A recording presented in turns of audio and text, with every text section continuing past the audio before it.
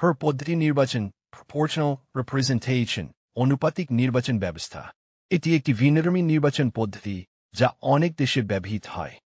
for পদ্ধতি কি PR proportional representation অর্থাৎ একটি রাজনৈতিক দল যত শতাংশ ভোট পায় তত শতাংশ আসন পায় সাধারণ নির্বাচন বনাম ফর পদ্ধতি বিষয় বাংলাদেশে প্রচলিত ফর অনুপাতিক পদ্ধতি যে প্রার্থী বেশি ভোট পায় সে জয়ী ভোটের হার অনুযায়ী আসন বন্টেন ভোট এক প্রার্থীকে ভোট দল বা তালিকাকে ভোট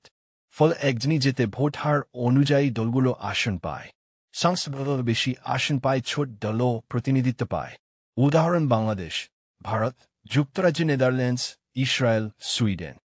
উদাহরণ দিয়ে সহজে বুঝুন ঘোরা যাক কোনো দেশে 100টি সংসদ আসন আছে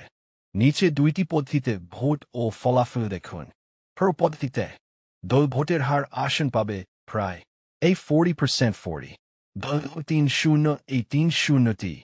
দল 20 এই 20টি দল 10 অর্থাৎ যত ভোট তত আসন বাংলাদেশের মতো পদ্ধতিতে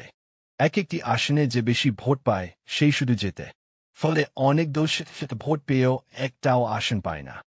ফর পদ্ধতির ভালো দিক ছোট দলের প্রতিনিধিত্ব নিশ্চিত হয় ভোট নষ্ট হয় না সংসদে বৈচিত্র্য থাকে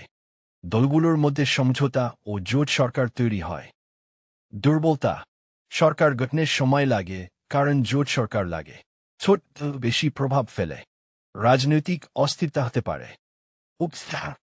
বাংলাদেশে বর্তমানে পদ্ধতি যার ভোট বেশি সে জিতে চালু তবে অনেকে ফর পদ্ধতি চালুর দাবি জানায় যাতে ছোট দল নারীর অংশগ্রহণ সংখ্যালঘু সম্প্রদায়ের প্রতিনিধিত্ব বাড়ে